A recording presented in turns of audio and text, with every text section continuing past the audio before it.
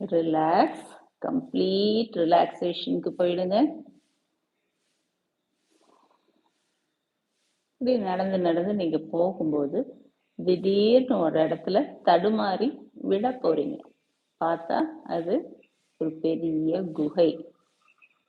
அந்த குகைக்குள்ள இருட்டா இருக்கு. மெதுவா நீங்க குகைக்குள்ளார காலடி வச்சு கொஞ்ச தூரம் நடந்து போகும்போது ஒரு சின்ன வெளிச்சம், அகல் விளக்கு வெளிச்சம் கண்ணுக்கு தென்படுது.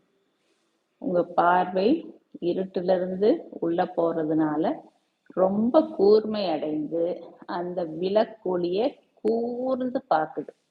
அதே மாதிரி நீங்க இப்ப கற்பனை பண்ணி பார்வையை ஷார்பன் பண்ணிக்கங்க. சரியா?